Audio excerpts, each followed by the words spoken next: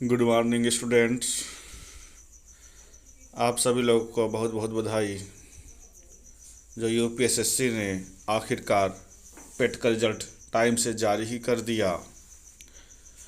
आप जिन लोग के नंबर 90 परसेंटाइल से ऊपर हैं उन सभी को मेरी तरफ से ढेरों शुभकामनाएं, और जिन लोगों के नंबर 95% से ऊपर हैं उनको तो बहुत बहुत ढेरों शुभकामनाएं। हाँ, लेकिन साथियों, ये परसेंटाइल क्या है? ये एक समस्या है, ये एक दिक्कत है। इसमें परसेंटाइल में और साथ ही साथ नॉर्मलाइजेशन भी।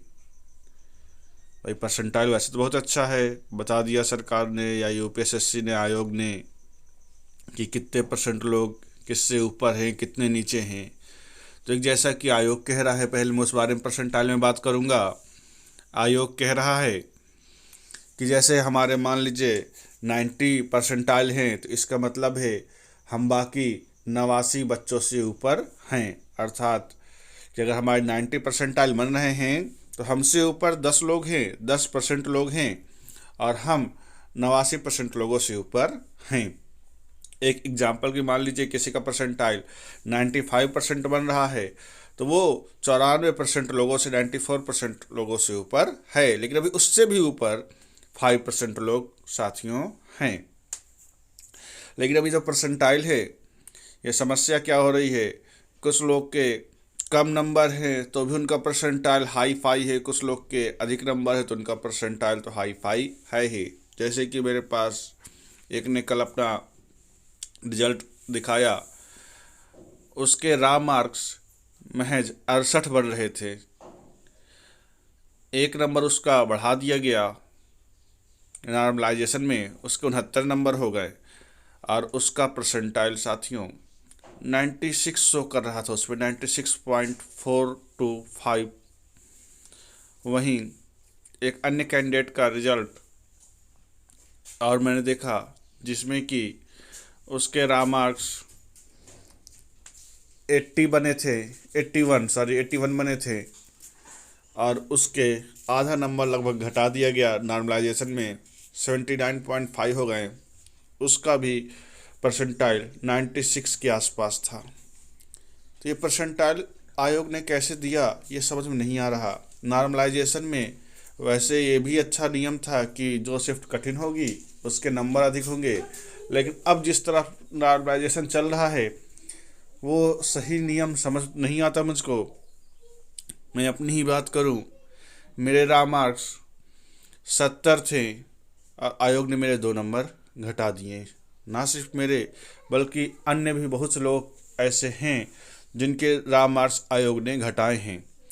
तो भाई परसेंट आप नॉर्मलाइजेशन करते हैं अच्छी बात है, लेकिन नॉर्मलाइजेशन में आप नंबर बढ़ा सके तो बढ़ाएं, अन्यथा घटाने का तो कोई तुक मेरे हिसाब से नहीं बनता।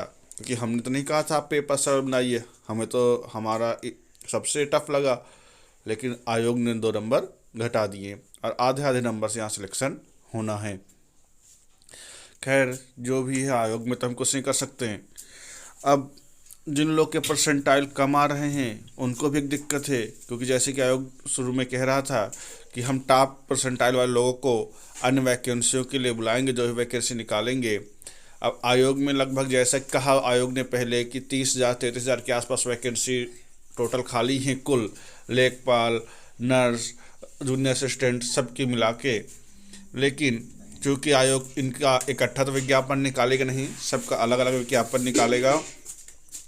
और जैसे कि मानते हैं कि लेखपाल में 8,000 वैकेंसी आयोग निकालता है, तो उसके 15 गुना बच्चों को बुलाने के लिए उसने कहा था, तो 15 × 120 लगभग 1,20,000 बच्चे।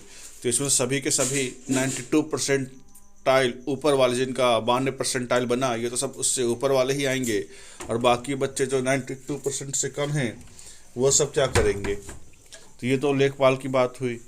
बाकी में तो जूनियर असिस्टेंट वगैरह में अन्य में और भी कम पद हैं, तो क्या उसमें सिर्फ 95 परसेंटाइल से ऊपर वाले ही जाएंगे, और जो शेष 95 परसेंटाइल से नीचे हैं अधिकांश लोग, वो सब क्या सब फेल हो गए।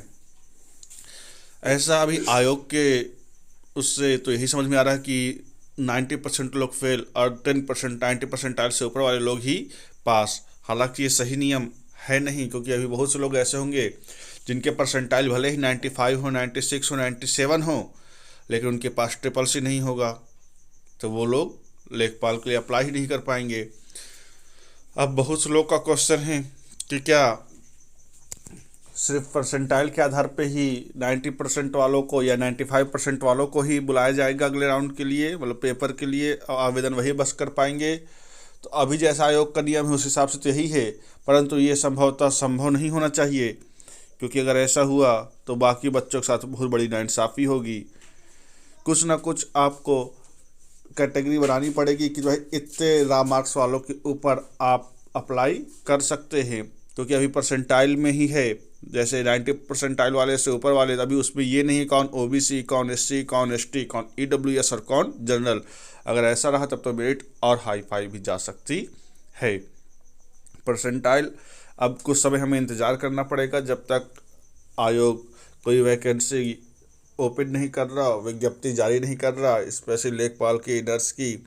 उसके बाद ही हमें सही परसेंटाइल का मतलब समझ में आ सकता है कि आयोग किस हिसाब से बुला रहा है।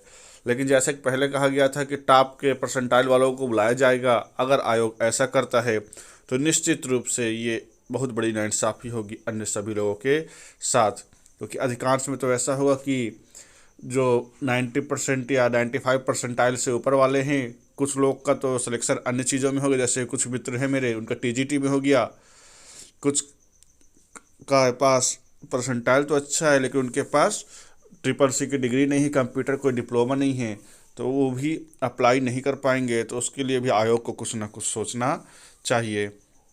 इसी के साथ में अपनी वाणी को विराम देता हूँ और आप लोगों से कहता हूँ कि आप इस बारे में आयोग को ट्वीट जरूर कीजिए, कुछ ना कुछ एक प्रयास कीजिए, ताकि खैर आप लोग क्या प्रयास कर पाएंगे या हमारे कहने से क्या होगा, हम लोग पहले इंतज़ार करेंगे एक विज्ञापन का।